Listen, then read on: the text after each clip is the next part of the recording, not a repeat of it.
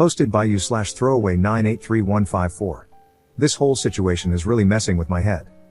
I, 20M, met my fiancée, Rachel, 21F, during the first week of college. We were each other's first everything, pretty much. I actually converted to Judaism because of her, hence the fake name. I'm not really that religious, but I really liked the way her family felt. My family was pretty dysfunctional, and I felt like it gave me a good framework for looking at and living life. We're not too serious about it, we don't keep kosher, we're living together, etc.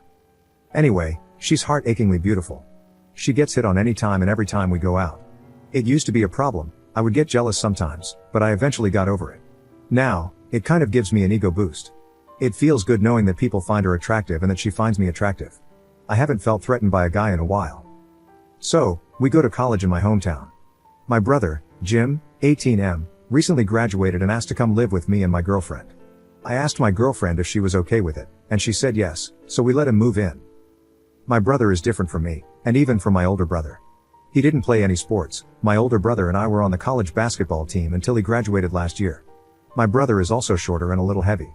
I'm 6 feet 5 inches and 178 pounds, while my brother is about 5 feet 9 inches and 230 pounds. He asked for help losing weight when he moved in. Honestly, my older brother and I suspect he might be the product of an affair because he's also a lot darker skinned than we are.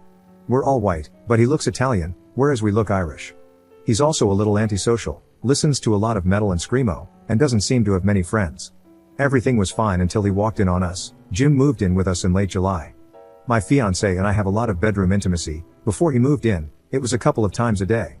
Whenever he leaves to go do something, we usually take that as an opportunity. We did something stupid and were in the living room when he got back. I had forgotten that I had given him his own key. I had finally gotten around to having one made. Anyway, he walked in and stared at us with the widest eyes I've ever seen. My girlfriend noticed him first and freaked out. We got dressed quickly and apologized to him. He said it was fine. Thinking back now, it wouldn't be that surprising if he had heard us a few times at night or noticed the music we play while we're together. I'm pretty sure the only reason anyone ever plays a Weezer album at night is when they're smashing. Anyway, things were fine. A week later, Jim asked me about sexting girls and if I had any advice for him. I've always been his go-to for relationship and intimacy questions. He told me a girl was offering to send pictures. I told him to never ask for them or pressure her, to avoid saying anything too crass when complimenting her, and to never share them. He then asked if I'd ever sexted, and I admitted I had a couple of times. Looking back, I think he was just manipulating me into answering that question for him. 2 days later, he asked to borrow condoms. I told him I didn't have any, and he said, "That's right, you weren't wearing one with Rachel." This freaked me out, and I asked him if he was looking at my Johnson, pointing out how weird that would be. He quickly apologized, saying he noticed when we jumped up after seeing him and that he didn't deliberately look for it. I believed him, went to the store to get him some condoms. He didn't want to go with me because it would make us look gay, gave them to him, and explained that the only reason I don't use them is because Rachel and I were both tested and agreed to deal with the consequences. I also told him if I ever found out he didn't use one, I'd beat the crap out of him. I know, I'm a hypocrite, but I hate condoms, and my girlfriend says she feels closer to me without them. This isn't the issue here. I also offered to take him to get the HPV vaccine. He agreed, and we went to take care of that. 5 days ago, I lost my phone, and I was freaking out, tearing the apartment apart looking for it. When I went into my brother's room, he jumped out of bed and hid something underneath the covers. Deciding to mess with him to make myself feel better about losing my phone, I reached under the blanket for whatever he was hiding, and there it was, my phone. I have to travel a lot for basketball, and while I was away, Rachel would send me intimate photos and videos.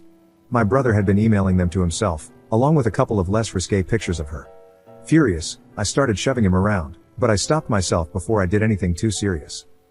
I made him go through his room immediately, and that's when I found one of Rachel's bras hidden under his bed. I then told him to open his laptop and wait in the living room while I checked it. I wanted to make sure I deleted any and all pictures of Rachel. I couldn't find any on the laptop, but I got into his email and deleted everything he had sent to himself. I then checked his internet history just to be safe, and what I found shocked the hell out of me. He had been posting on some dating/hookup forum, asking for advice on how to get with his brother's fiancée. A few days later, he claimed he had succeeded and was updating the forum regularly, almost like some kind of pseudo-blog. He started this when he first moved in and was basing some of it on real-life details. Here are a few examples. Lol, she looks so miserable when she's with him. I screwed her good when she got done with the loser. Lol, screwing her with condoms he bought me. God, her cannons look great out of these. This one included a picture of the bra he stole. The rest of the posts were paired with images taken from Google, close-ups of bedroom intimacy, based on things I had described earlier. That morning, He had promised some pics, referring to the ones he was stealing from my phone. Even worse, he had already posted pictures of her from Facebook, including one of her in a bikini, as well as a few from a website belonging to our friend who designs and sells dresses. This friend had asked Rachel and a couple of other girls we knew to model them. On his computer, I also found a letter addressed to Rachel, asking her to leave me and be with him. It was bizarre. In the letter, he insulted me constantly, claiming she would be happier with him, and called her the most beautiful girl in the world. I wiped his hard drive to make sure there was nothing else of hers, checked his phone, gave him $200 in case I deleted anything important with a wipe, got everything he would need for class, and threw him out. I told him to go back home, that I was telling Rachel, but I wouldn't involve our parents as long as he didn't make a big deal about me kicking him out. I also told him to have mom come pick up the rest of his things. I warned him that if he didn't delete everything he'd saved, I'd have no choice but to tell our parents. I checked later to confirm, and he had deleted it. Telling Rachel was incredibly difficult. She cried a lot and said she felt disgusted. We had an honest conversation and decided that the only way we'd feel comfortable having him back in our lives was if he stuck with therapy for a significant period of time. I sent him a text letting him know our terms. Rachel blocked him on her phone, social media, etc., and made her Facebook account private. She seemed really uncomfortable for a couple of days. The first day was the worst. She was too freaked out to be alone. I didn't realize this at first and didn't think much of it when she said she wanted to watch me shoot.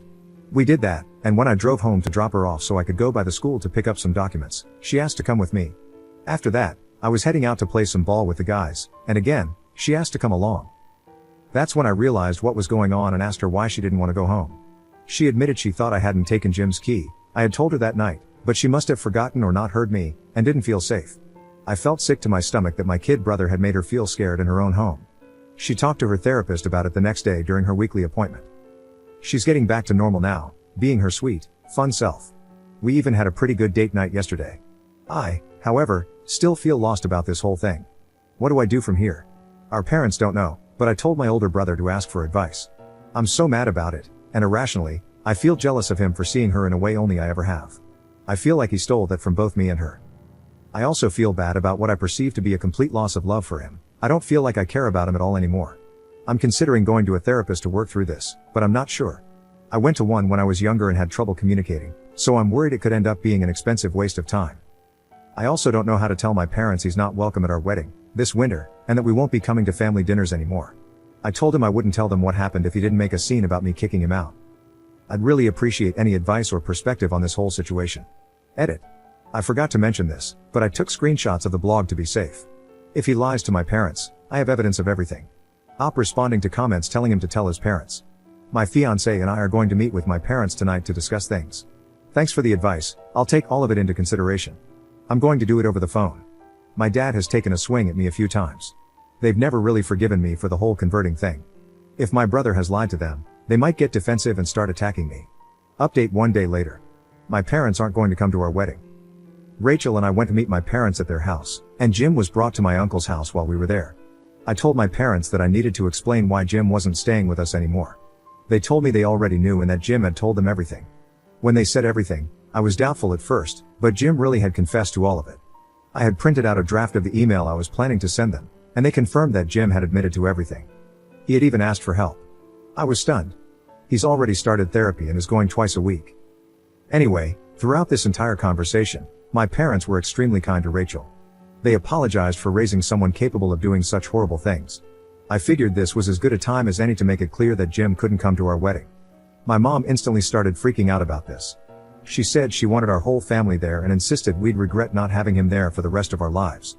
I told her that Jim still made Rachel uncomfortable and unsafe to be around, and my mom asked Rachel if that was true. Rachel said yes. At that point, my parents said they wouldn't attend without him.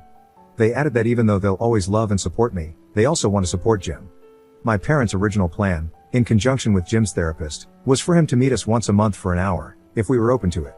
I told them that that wasn't happening. Rachel wasn't okay with it, but I agreed to meet him alone. Rachel said that was fine, and I made sure when I got home. I sent Jim a text laying down some ground rules. 1. We would meet somewhere public. 2. If he said anything inappropriate, I would leave. 3. No lying. 4. Absolutely no contacting Rachel.